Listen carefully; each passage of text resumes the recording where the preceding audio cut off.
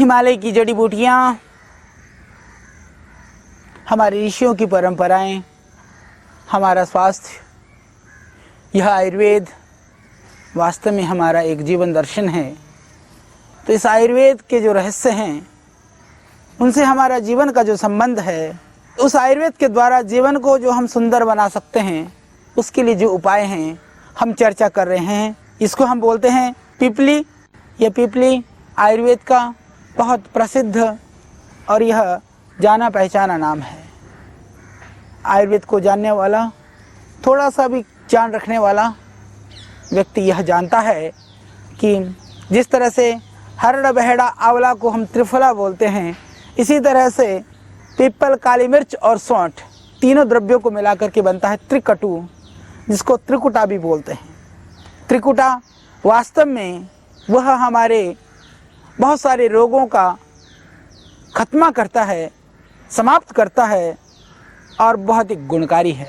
तो पीपली ये त्रिकटु का एक प्रमुख घटक और हमारे बहुत सारे रोगों के लिए समाधान करने के लिए, रोगों को परिसमाप्त करने के लिए एक मुख्य औषधि, जिन माता बहनों को कम पीरियड होती है उसमें वह लाभ करता है। तो उसमें पीपल और पीपला मूल, पीपली के 2 द्रव्य उसमें डाले जाते हैं। और यदि वो 5 द्रव्य उपलब्ध ना भी हो, पीपल और पीपला मूल, पीपल मीन्स एक वृक्ष पीपल होता है, वह नहीं, यह पीपली और इस पीपली की जो जड़ है, दोनों को मिला करके आप बराबर मात्रा में ले लें। लगभग दोनों को मिलाने के बाद में जब आप 1.5 ग्राम पीपल हो, 2 ग्राम 3 ग्राम इसकी जड़ हो, या 1.5 ग्राम पीपल हो, 1.5 ग्राम पीपला मूल हो, 3 ग्राम ले करके आप दोनों को मिला करके आप काढ़ा बना करके पिएं।